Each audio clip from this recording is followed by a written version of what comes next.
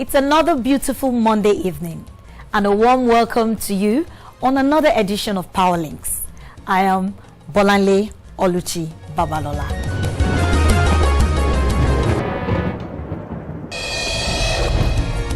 The National Integrated Power Project has received a pat on the back for effective management and contribution of its power generation assets on the national grid stability. The 24th meeting of the Honourable Minister of Power, Works and Housing with the sector operators in Abuja acknowledged the robust performance of Calabar power plants in the preceding year. Here is a preview of the engineering wonder.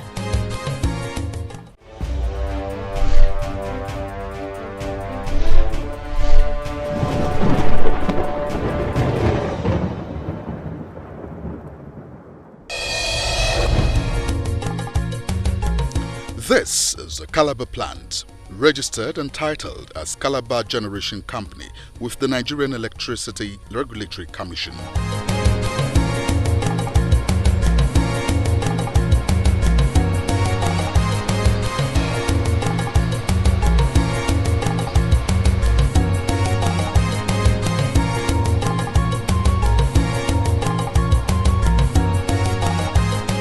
The EPC contractor which constructed the plant is Murubeni Engineering West Africa Limited under the project coordinator of Stage West Africa Limited. Calabar plant has the configuration of 5 gas turbines from General Electric. The net capacity of the plant is 562 megawatts with capacity built to accommodate future combustion to combined cycle gas turbine configuration. The success story of the Calabar Power Station can be attributed to guarantees in the supply of gas, adopting partial risk guarantee as world-class initiative of tackling gas to power challenges. With the full complement of a transmission station, Calabar plant provides power supply to Calabar town and to Ikotekpene switching center through the transmission line also constructed by the NIPP.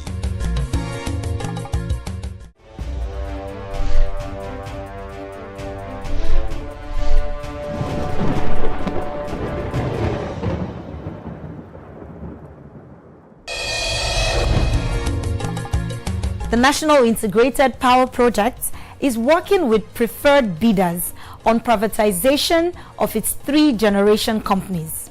In fact, the negotiations for the payment arrangements of 711 billion is in progress.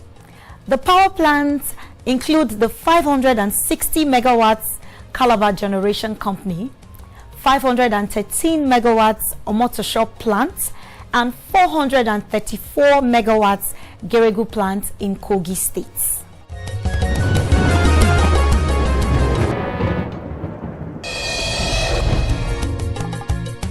Recall the transaction for the sale of all the 10 plants under the NIPP was unsuccessful because the electricity market at the time had liquidity crisis and foreign exchange issues, which seriously challenged investors and lenders in the power sector.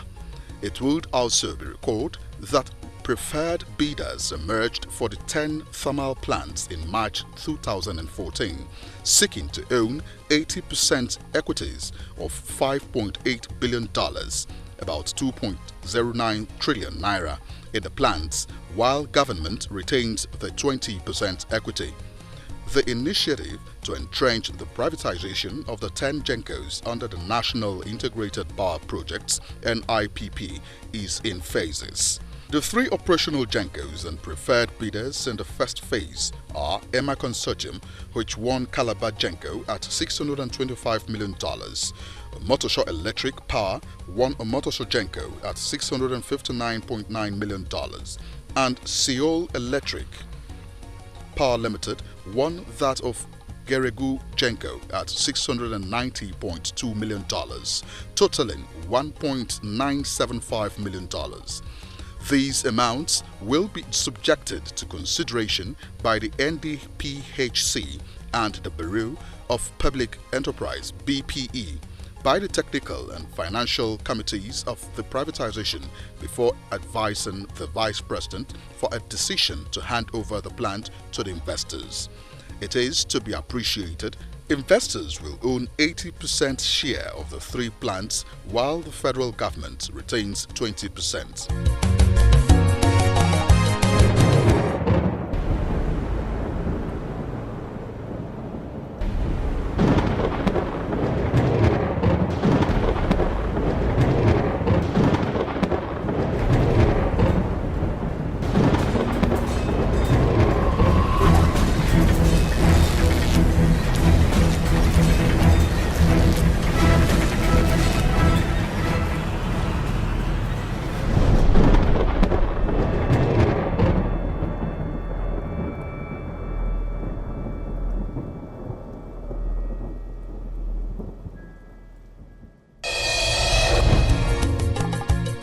Now, let us bring you updates on the Geregu NIPP power plant in Kogi State, which has remained a reference point in the sector and also slated for privatization.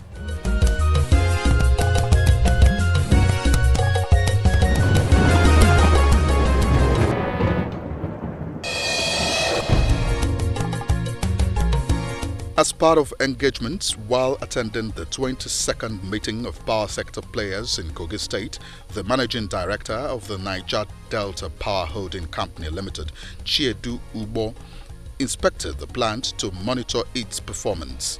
The Geregu NIPP power station is one of 10 plants under the organization's generation portfolio and has a very interesting history. For 27 months, men and machines following contractual agreements signed between the government and Siemens Nigeria Limited did not compromise the delivery date as the 2 sides kept all the conditions of funding and executing the project. In fact, Geregu plant was the last contract under the generation arm of the project to be awarded and the first to be completed and inaugurated. The technical configuration of the plant consists of 3 gas-framed turbines, each with the capacity of 145 megawatts. As an engineering wonder and world-class project, the Geregu Power Station, since inauguration in 2013, sustains steady contribution to the national grid. The plant chief operating officer, Dauda Mohammed, took NDPHC managing directors round. The general manager requests more funding for maintenance and gas supply for optimal capacity utilization as he attributes low frequency from system operator among other challenges. Notwithstanding the challenges, the Minister of Power, Works and Housing Babatunde Fashola, while interacting with journalists, assured the nation of commitment of the Buhari administration to power sector recovery plan, which is already yielding results. We have 2,000 megawatt of power that is available that cannot reach the people. So we need to do more work on the distribution expansion network. So those are the things that we addressed in this meeting. It will be done by different agencies, distribution and transmission. It will be done, for example, by NDPHC. We've heard what they have in Kogi State. You saw what we did in Asaba when we went to Delta and opened one of the NDPHC expanded distribution network. They have the same and similar programs in Kogi, in Ankpa, in Ida, in Ohunene, in Okene, and they are in various stages of completion, and they should finish them soon.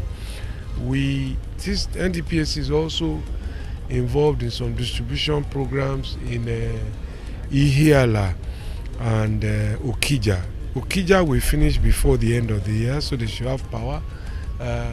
They finished, I believe, the one in Olorun Shogo, and we should energize it soon. Omotosho is still a work in progress. You've heard also the review from our meeting in Benin Disco from when we met in Asaba. The Chief Technical Officer has briefed us today that out of the 36 communities in Ondo North, that we had resolved, I think 16 in the first instance, that all the 36 have now been connected. The issue now is whether they will pay for the power. That's a big issue. People must understand that power is a product they must pay for. He has also told us the challenges that they are facing in Ondo South, but that at least he assures us that Odiaye community in Ondo South should have power. All of us have signed on to improve customer service, whether it's a Genco, whether it's a Disco, whether it's a transmission company maintenance, upgrade. Everybody must notify everybody, and we must notify the public that we serve that this is going to happen. Please bear with us. It is in your interest, and this is how long it will take. So there's a lot coming on, and we expect that things can only get better. As you can see, the power plant is about 450 megawatts, the 3 units. That's the installed capacity. We have 2 out of the 3 units on now. They are on what we call pre-select load. That's what NCC permits us to come on. 1, 2, they are what the quantity of gas, the volume of gas we're able to get again, because the gas we get here is on best endeavors from NGC. I must also commend them, because before now, as Minister mentioned in the meeting, when it came here last year, it was only 1 unit we were able to fire because of gas constraints and but now, and the transmission constraint. But now there's a lot of improvement. We can do 2 units now out of the 3 units. The NGC is able to supply us enough gas for 2 units, and transmission is also taking the 2 units. So we're improving gradually. So the 3 units are part of the 7,000 availability the minister mentioned. So you see, you have 7,000 availability, installed capacity of 450 megawatts, but we do anywhere between 170 and 200 megawatts, depending on whether it is peak demand or whether it's off-peak demand. But everything is based on demand, at least for the ones we're able to fire, it's based on demand. That's what we call load from the discos, distribution companies. So if they are not picking loads, you can't put all the units. You can't fire the units at full capacity. That's a position. So we have 2 units which can go up to at least 130, 120, 130 each. I mean, depending on the temperature. 120, 130 megawatts. Yes, each. But we do this hot afternoon. We are doing 90 megawatts, and that's based on 8590. That's based on the frequency by the TCN, the frequency, and that frequency is not TCN's problem. It's because the distribution companies are not taking the load. So if you don't take the load, the power stays on the wire, on the conductor, so it gets heated off, and that's the frequency. That's what they call frequency. So we have to either ramp down or shut down the unit. So that's where we are. So it's not TCN problem, it's not the generation problem, it is the demand by the distribution companies. And that is the focus of this meeting. NDPAC too, as an government intervention agency, we are focusing on distribution companies' ability to take this load. A system that's able to, Nigeria electric supply industry, that's able to take the available load. That's at 7,000, over 7,000 as a matter of fact. So we're looking at that. We're looking at helping to bridge the 2,000 gap, and of course expand. If possible, we should clear demand for the installed capacity of over 13,000 megawatts. So we're very, very, very ambitious. We would achieve that. We're working with the distribution companies. Government is doing everything it can, especially through the Power Sector Recovery Plan, which you are aware of, to make sure that there is good, the sector recovers from its financial weakness as it is today. So government has intervened with the 71 billion. The government is working with the World Bank to solve the rest of the problem. So we are looking at a sector that at least at the minimum, that must take the over 7,000 generation availability we have now today. Without power, you can't build up small businesses. Small businesses will not be able to develop if they don't have power. And so to be able to get this power here, to be able to bring in, to be able to ensure that the power gets to the individual at the cheapest possible rate is part of the reason why this is here. Because these investments, once you're able to do this, is going to be able to help jobs. That is even on the small scale, and we know that small and businesses have grown by small and medium scale enterprises. But even the bigger customers will be able to get more production and productivity once this is done. So industries will even be able to sight up better. All the industrial development centers that we're planning on will also be able to develop better once this is done. And so that's the primary reason why His Excellency, and that's why he came here to declare this open, to show his commitment to power sector development in the state. What we need now, as I've said, is for the DISCO to connect more customers so that the demand can come and we'll be able to run our machine to full load. They've given NGC and our supplier Seplat are there. They have 80 million scop to give us. Transmission has the lines and they're expanding. So what we need is DISCO to give load, get more customers, put more people on the grid so that they can take more of the load. And with that, with what we have done, we'll be able to give more power to Nigerians, a higher standard of living, more jobs, because once you have the power, more companies will come in and they will start working. And the only thing that can lead to is greater employment for Nigerians.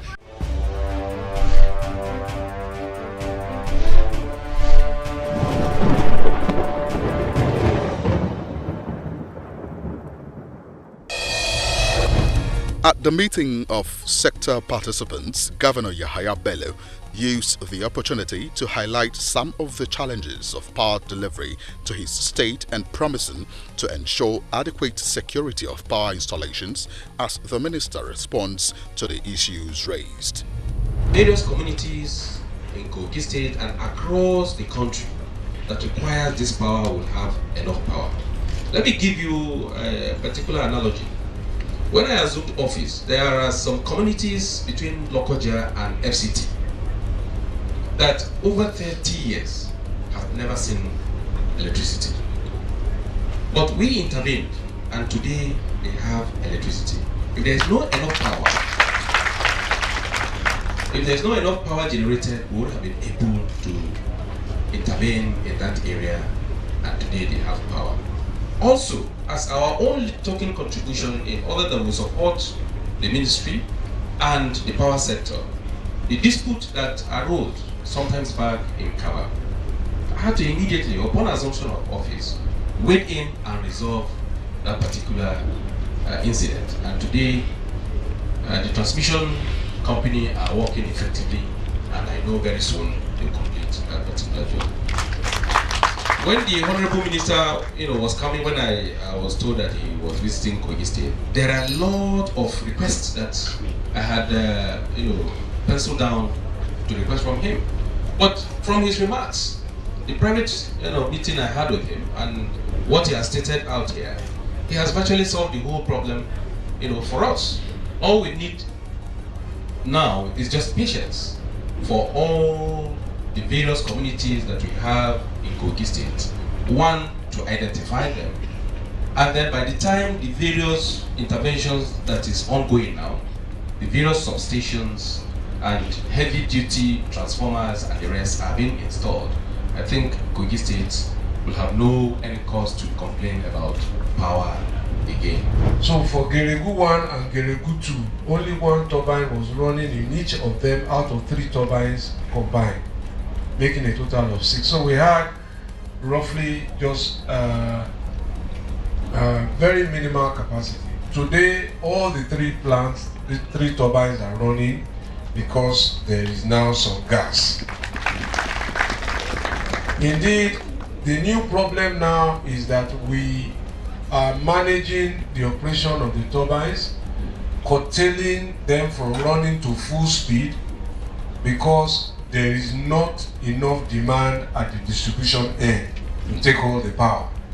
So that's a new problem to have, from no power to increased power and that we can sell.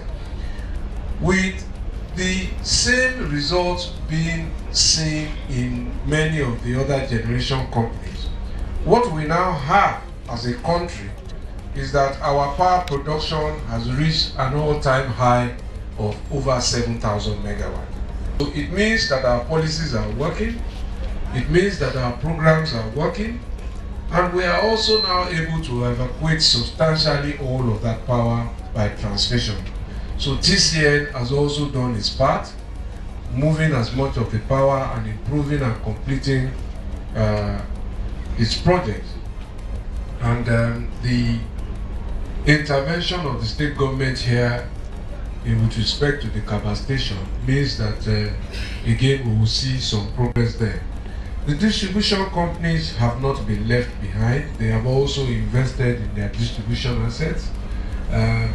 They are challenged, of course, by resources, and they have to play catch up now. And this family, this team, will do everything it can to help them reach the catch up capacity.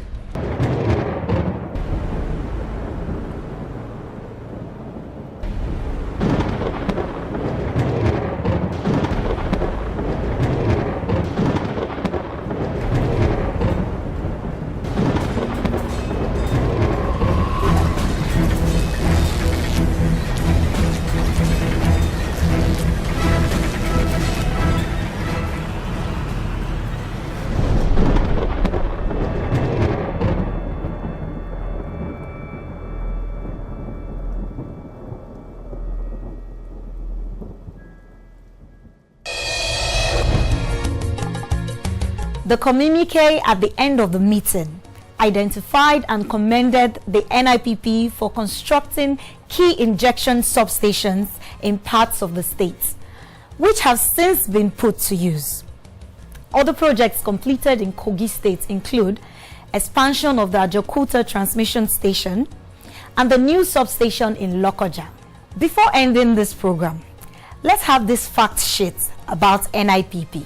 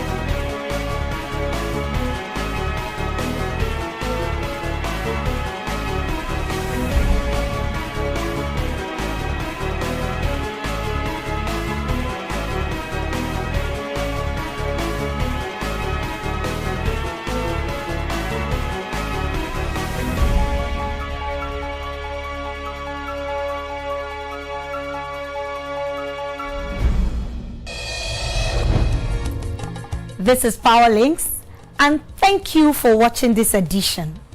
Remember, you can interact with us on our various social media platforms on your screen, and kindly give us your feedback. Until next time, I am Bolanle Oluchi Babalola. Thank you for watching.